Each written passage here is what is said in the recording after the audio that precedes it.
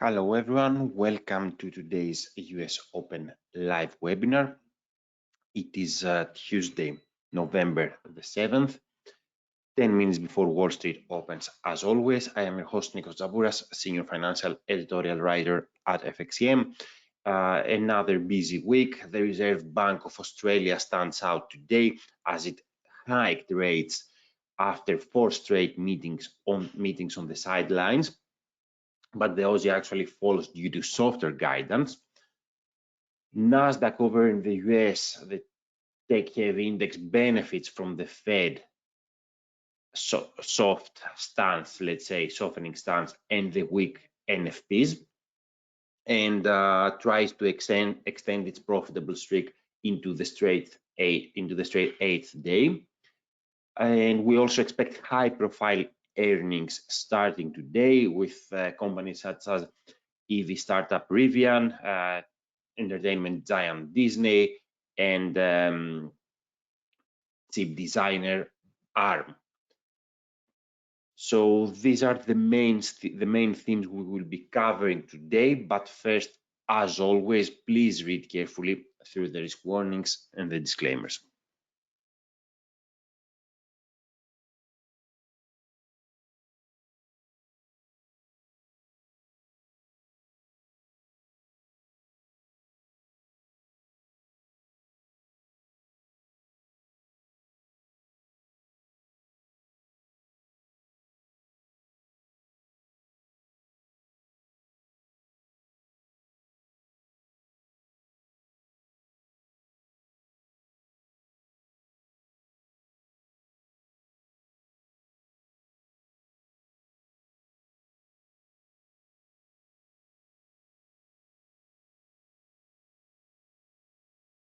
Once again, please read carefully through the risk warnings and the disclaimers, and bear in mind that anything discussed in this session does not constitute investment advice and should not be construed as such. Let's give it a few more seconds and then we will begin.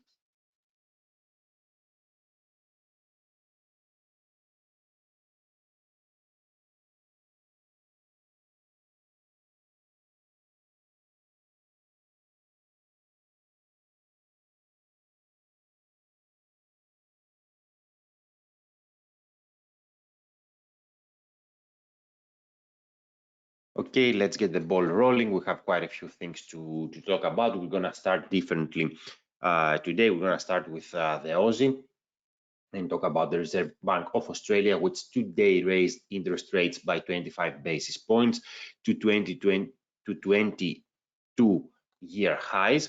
This was the first move after staying on the sidelines for the past 4 straight meetings. They took action, or policymakers took action in order to be more assured that inflation would return to target in a reasonable time frame. Although it has been moderating, it remains high, and in fact, policymakers raised their forecasts for the next couple of years. Despite that, however, they softened their language around future moves.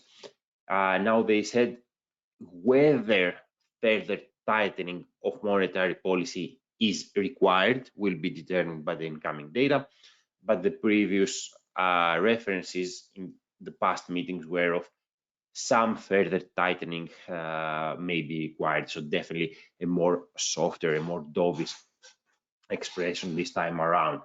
The pair, as you can see on the chart, had posted its best week of the year on prospects of an RBA hike, less aggressive Fed, and weak NFPs from the United States.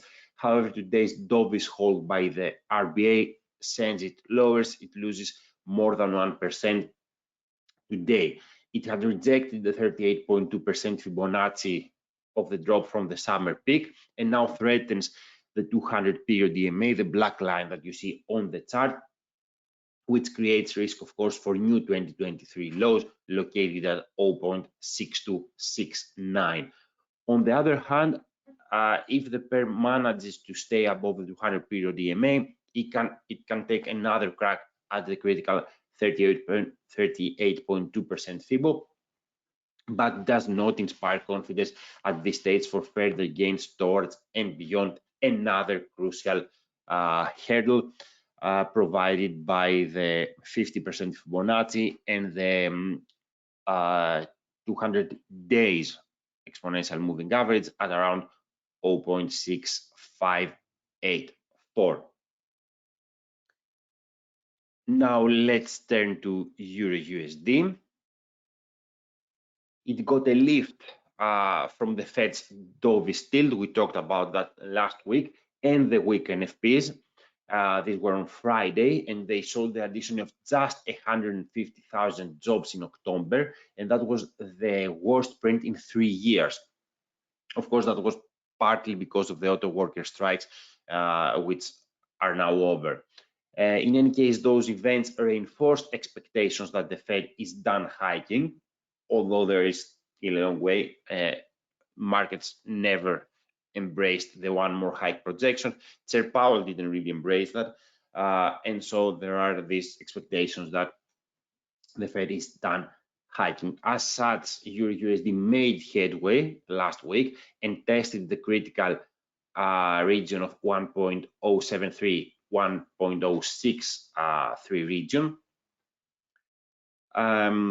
but does not inspire confidence for much more, to be honest, at this stage.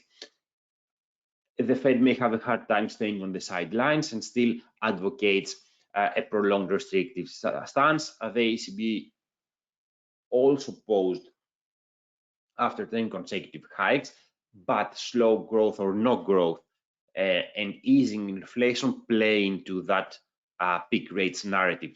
So the pair rejected the 38, the aforementioned resistance confluence, and drops this week, which keeps it in a precarious position, and the 2023 lows in play, which are at 1.0447. And we're 3 minutes before the US session. And let's turn into the Nasdaq. The index posted a relief rally, helped, of course, by mostly upbeat tech earnings, despite Apple's disappointment, and of course, prospects of peak rates, as we discussed, due to the Fed's less aggressive stance and the weak NFPs. Tuesday was its 7th straight profitable day, and that is the longest streak of the year, and now tries to extend it into the 8th day.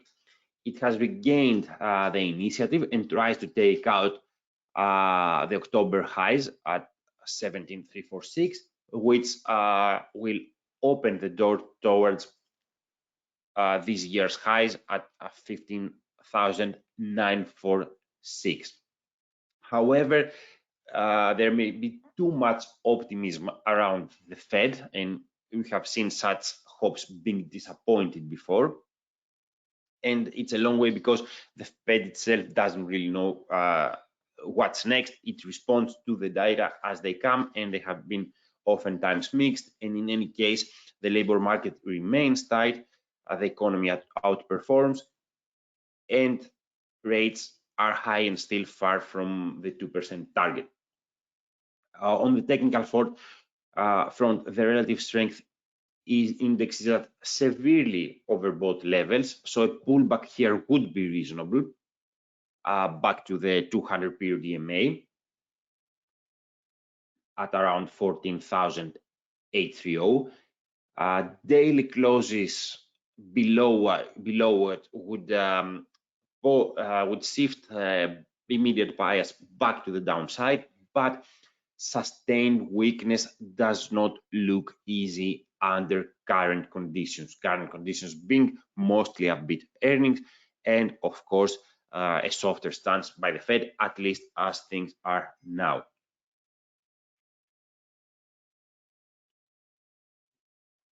So looking into what comes ahead, we have high profile earnings, and let's talk about that as we still have the Nasdaq on our screen. First up, we have EV startup Rivian tonight and Lucid, and also on Friday we have China's Li Auto. It's a difficult period for the EV market with dented demand for reasons like elevated inflation, high interest rates, range anxiety, and other factors. Startups, of course, are more exposed to this adverse environment because they're often unprofitable. And Rivian, however, after poor 2022, seems to be turning the corner and works towards a smaller and cheaper platform, a smaller vehicle. Of course, it produces EVs and trucks mainly. Deliveries rose 60% quarter-over-quarter in the second quarter, and it also raised its production target while financials improved. That is in the previous quarter. Now we're going to have to see if it can continue in the third quarter, which is reported tonight, as we said. Next up is Disney on Wednesday, going through a rough patch, and the stock hit 9-year lows last month. On the streaming front, it does well, but subscriber base has been contracting over the past few quarters, although financial improved in the last quarter, the financials of the streaming business, and it also completed the acquisitions of Hulu. The ad-supported tier is doing well, and now plans to monetize password sharing. We saw that it worked for Netflix. ESPN, of course, will be a focal point. Still, it now has its own reporting segment, and it's trying to find some strategic partner and take it fully into streaming to unlock even more value. And of course, another focal point will be what happens with its traditional linear assets, which are not core as to Mr. Iger himself, and he could potentially offload them. And also on Wednesday, we expect British chip designer ARM. It will be the firm's first report after it went public on the Nasdaq in September. It was a blockbuster debut, but subsequently had a lackluster performance. Of course, we've talked extensively around ARM. What it does, it creates a set of instructions based on which other firms manufacture their processor and makes money from royalties and licenses. And of course, it's indispensable to the mobile devices market. Now, its lofty valuation creates concerns, so it's going to have to tell a compelling story. And another area of concern is large exposure to China, given fraught Sino-Western relations, and of course, chip trade restriction curbs in chip trading. Other than the earnings, these are just some of the ones that are the most important. There are more, of course. And other than earnings, we also expect a series of Fed speakers, including Chair Powell on Wednesday. And of course, on Thursday, before our next session, China's inflation update. The country struggles with low consumer demand as CPI hovers around 0 for the past few months. So we will be looking forward to see the new figures. That's pretty much it for me, from me for today. Thank you for joining me, and we will talk again on Thursday, our usual time slot, 10 minutes before Wall Street opens.